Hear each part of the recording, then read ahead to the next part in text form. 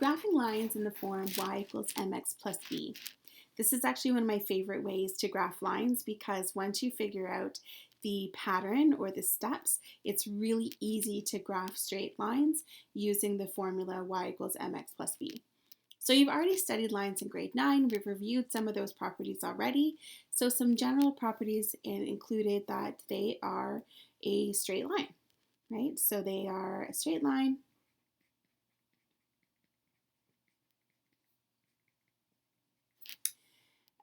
They are drawn with arrows on the end. I haven't done that in any of my examples yet.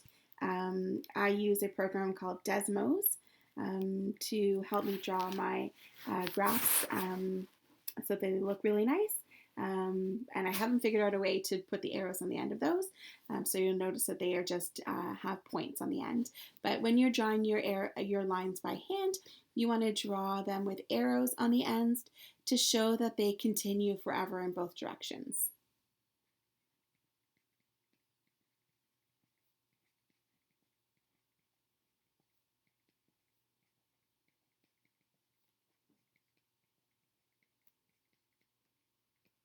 Now, a straight line is made up of infinite points,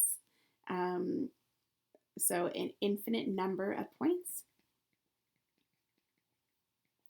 Those points include values that are integers, like 2, 1, and also all of those rational numbers in between. So all of your decimal numbers, all of your fractions. So it includes an infinite number of points in the coordinate x, y. So now that we know all of that, then we can take a look at the equation of a line. So this is one version to write the equation of the line. We call this the slope-intercept form.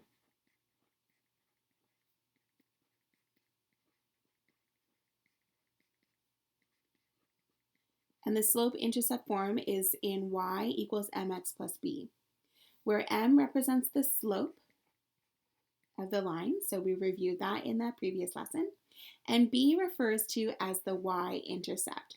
So where does it cross the y-axis?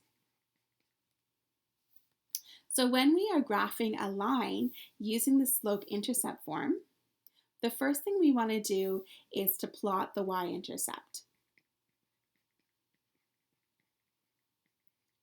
And from there, we want to convert the slope to a fraction, and if it isn't already in that form, you might just have to put a 1 underneath of it. So if your fraction was given to you as m equals 4, to write that as a fraction, you write it as 4 over 1. Okay? And it's always important to put your slope into lowest terms so that it's easier to plot your points. So from there, we're going to take our y-intercept. So we're going to start at our y-intercept, and we're going to use the slope to find the other points on our graph. So we go up or down depending on the rise. So if it's a positive slope, we go up. If it's a negative slope, we go down.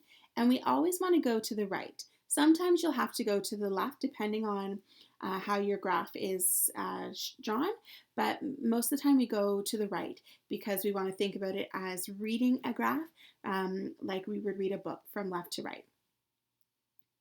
So we go up or down for the rise, and we go to the right, and sometimes we can go to the left if needed, and I'll show you what that looks like as well. So we're going to go through some examples. So we have the equations of 5 lines along the side here, and we're going to use this information to plot our graphs, and we're going to do that on the same grid. Now, unfortunately, I only have blue available to me to write with. If you are doing this at home and you have access to colored paper or colored pencils, you may want to draw these in different colors so you can easily distinguish, but I'm also going to label these as A, B, C, D, and E, okay? So first of all, you want to identify your slope. So my slope for this equation is 2 over 3, and my y-intercept, or my b, is negative 5. So once you've identified the slope and the y-intercept, you want to again start by plotting your y-intercept. So I'm going to come down here to my negative 5. So there is my first point on that graph. So now when I take a look at my slope is rise over run. So this tells me that I need to go up 2 units, and my run is 3. So I go to the right 3 units. So from this y-intercept point, I'm going to go up 2 and then over 3. And then that's my next point. So again, from this point, I'm going to go up 2 and then over 3. And that's my third point. And I can keep doing this until I run out of space. So I'm going to go up 2, over 3, and you'll notice I can't go any further. So if I wanted to show it going in the other direction, if I'm going to the left, I want to go down 2 and then over 3. So I'm just doing it backwards. And I can do that one more time. Down 2 to the left 3. So now that I've plotted these points, I can connect these. Ideally, if you're doing this on paper, you're going to use a ruler to connect your points. Because I'm doing this on my computer, it's a little not quite as straight as I would like, and this is the graph of line A. So let's do some more examples. So the more we do, the easier it's going to get. So first of all, identify your slope. My slope for line B is 1 over 4. My y-intercept is positive 2. So my slope tells us that I need to go up 1 unit and to the right 4 units. But I'm going to start with my y-intercept. So I have a y-intercept of positive 2. So that's my starting point for when I'm looking at my other points. So I'm going to go up 1 to the right 4. That's my second point. Up 1 to the right 4. That's my third point. I'm not going to go up any further because I'm going to get out of room, but I'm going to go backwards now. So I'm going to go down 1 to the left 4. Let's do that again. Down 1 to the left 4. And I'm not going to be able to go any further. So these are as many points as I can draw on this grid, and I'm going to connect those using a straight line. Ideally, I'd be doing this with a ruler. And I'm drawing my arrows so that it shows that my line continues forever, and I'm labeling this as line B. Line C, my slope is 3 over 5. That tells us I go up 3 to the left 5, and my y-intercept is negative 9. So that's my starting point. So I'm going to come down to negative 9, plot that point, and I'm going to go up 3 units, over to the right 5. That's my second point. From my second point, I go up 3 units, over to the left 5, to the right 5. That's my third point. And I can't go down because I'm going to run out of room. So these are the points that I can draw on this grid. So I'm going to connect those using a straight line, draw my arrows on either side so that it shows that I'm going forever, and I'm labeling this as line C.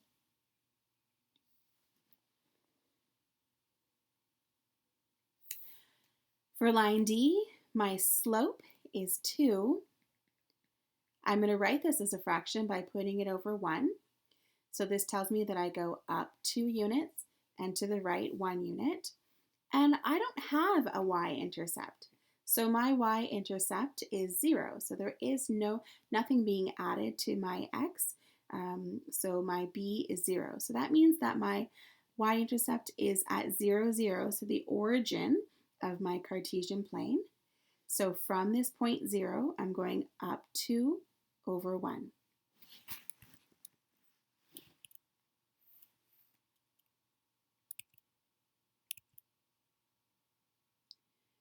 From this point, I'm going up 2 over 1. Up 2 over 1. Up 2 over 1. I can keep doing that until I run out of room. And you can even go backwards, right? So now I'm going to go down 2 to the left 1, down 2 to the left 1, down 2 to the left 1, keep going, 1 more, good. So now that I've drawn all of those points in there, I can connect them using a straight line. Again, ideally you're using a ruler, so your lines are going to be much straighter than mine. Draw arrows on either side to show that it continues forever and label it as line D. And the last example we're going to look at for this grid is E. So E has a slope of, there is nothing in front of my X. So this is like a slope of 1 or 1 over 1. So this shows us that I go up 1 and to the right 1. And my y-intercept is 4. So I'm going to start at my y-intercept. There's my point right there on the 4. And I'm going to go up 1 over 1, up 1 over 1, and so on. And I can go down, down 1 to the left 1. And I'm going to keep going forever and ever and ever. If I just draw a shorter grid, I could do that as well. But I can also just keep going until I run out of room in both directions, left and right. So I can draw more of these. Perfect. And so now I'm going to connect those using a straight line, drawing my arrows to show that it goes on forever, and labeling this as line E. So this set of examples, all of our lines have positive slopes, so they're going up from left to right. So what does it look like when we are going down? So when we have negative slopes, it doesn't look much different. So since all of the lines with positive slopes go up to the right, so they rise to the right, it makes sense that lines with the negative slopes must fall to the right, like these ones here.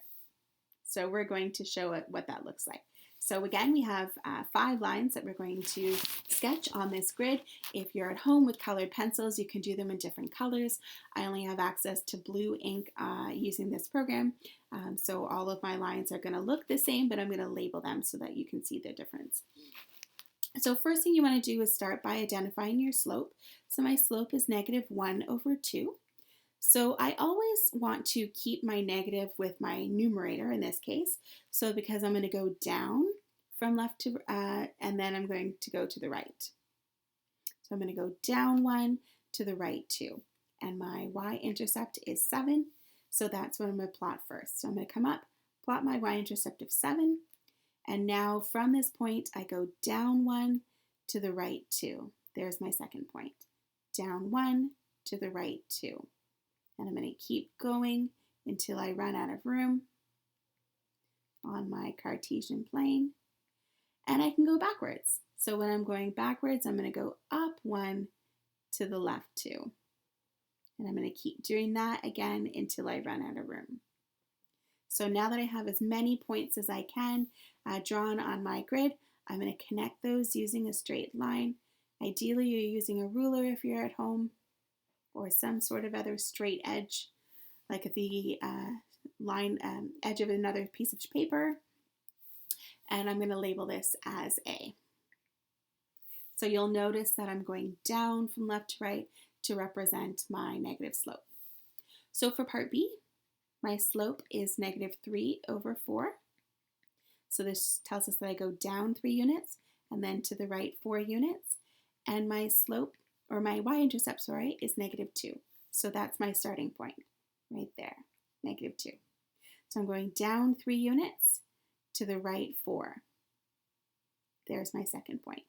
From there, down 3 units, and to the right 4. Down 3 units, I don't have enough room, so that's enough on that direction. So now I go up, so I'm going to go up 3 units to the right, to the left 4. Up 3 units to the left 4, and I'm going to run out of room. So that's as many points as I can plot. I'm going to connect those using a straight line. Draw my arrows on either side so that it goes forever, and label that as B. Next, my slope is -3. If it's not already a fraction, I can put that over 1.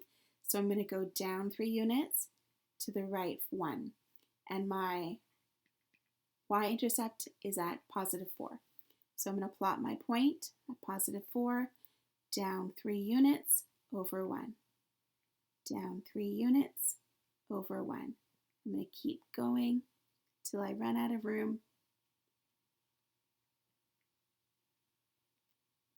And then I can go backwards. So from here, up 3 units, over 1. Up 3 units, over 1. So now I'm going to connect these using a straight line, drawing arrows on either end, labeling it as line C. 2 more examples. My slope for part D is -1 over 1. So if there's no number in front of your x, it's an imaginary 1. And because it's not a fraction, I can put it over 1 to turn it into a fraction. So this shows that I go down 1 and to the right 1. And where's my starting point? I'm starting at my y-intercept of -5. So I'm coming down here, and I'm going down 1 over 1, down 1 over 1, keep going until I run out of room. And I can go backwards, up 1 over 1, same thing, keep going until I run out of room.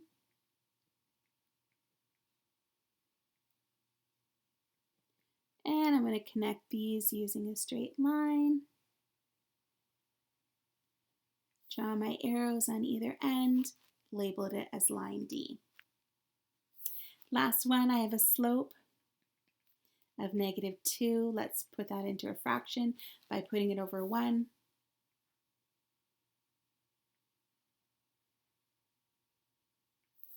This tells us I go down 2 to the right 1. And where is my starting point? My starting point is at 0, the origin. So here I am, I'm starting at my origin, 0, 0. I'm going down 2 to the right 1. I have so many graphs on here, I apologize.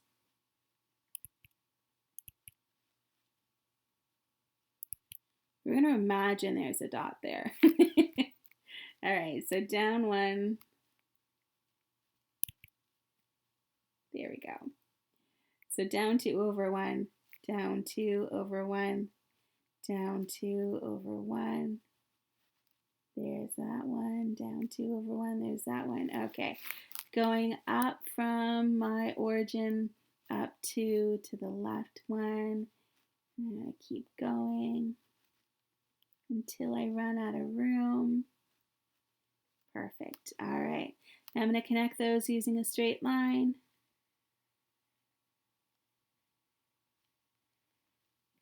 Draw my arrows on either direction. Label that as line E. So when you know your equation in slope-intercept form, it makes plotting those lines really easy. So there's no need to do a table of values. You just plot your y-intercept and use your slope to help you determine the other points on that line, connect those with a straight line, draw your arrows on either end, and make sure you label your line on your graph. And we can go backwards. That's the beauty about this as well. So now that you've identified how to draw your equation or draw your line from an equation, we can determine an equation from a line using that same sort of strategy. So what we want to do is we want to identify the y-intercept, and then we're going to identify the slope between 2 lines using rise over run, and we're going to put that into the equation y equals mx plus b. So here's line A. Line A has a y-intercept right there. We're going to assume that our grid goes up by 1s to make our life easy. So I'm going up 1, 2, 3, 4, 5, 6, 7. So I have a y-intercept of 7. And I'm going to choose another point on my graph, and I want to choose a point that actually lines at some integers so that it's easier to find my rise over run. So you don't want to choose one that sort of crosses in the middle of a line. I want one where it crosses right at the corner of a box. So here's the other point that I'm going to use right here. And if it helps you to draw that rate triangle, you can. So my rise, I'm going up 1, 2 units, and I'm going over 1, 2, 3 units. So my slope is 2 over 3, going up 2 over 3. So now I can plug the value of b and m into this equation. So my equation of the line is y equals 2 over 3x plus 7. Let's go through some more. So line B, right here, I need to first figure out where it crosses the y-axis right there at 1, 2, 3, at 3. So my y-intercept is 3. I'm going to choose another point on that line. Look right here. That's perfect. And so you can draw that triangle if you need to. So I'm going down this time, down 2, so negative 2, and I'm going over 1. So I can simplify this as negative 2. I don't need to, and when I write an equation, I don't need to put the 1 underneath. If you do, that's okay. So the equation of my line is negative 2x, so mx, negative 2x, and then plus 3 for my y-intercept. Line C, let's identify our y-intercept first, right there. That's at negative 2. My line is going up from left to right, so I have a positive slope. I'm going to use my other coordinate right there. So I'm going up 1, and I'm going across 1, 2, 3, 4. So now the equation of my line is y equals 1 over 4x minus 2. And the last equation is for line D. I'm going to find my y-intercept, bam, right there. So I'm going down from my origin, 1, 2, 3, 4, 5, 6. So negative 6 is my, excuse me, is my y-intercept. And my slope, I'm going to find another point on this line right there. That one works. So I am going down 2, 1, 2. So negative 2. And I'm going over 1, 2 again. So negative 2 over 2 simplifies to negative 1. So when I'm writing my equation of the line, you could write negative 1x minus 6, or you could write it as negative x, because when we just have a 1, we can eliminate that. So negative x, take away 6. So I hope that helps you determine the equation of a line from the graph using slope-intercept form, and how we can easily graph an equation of a line from the equation itself.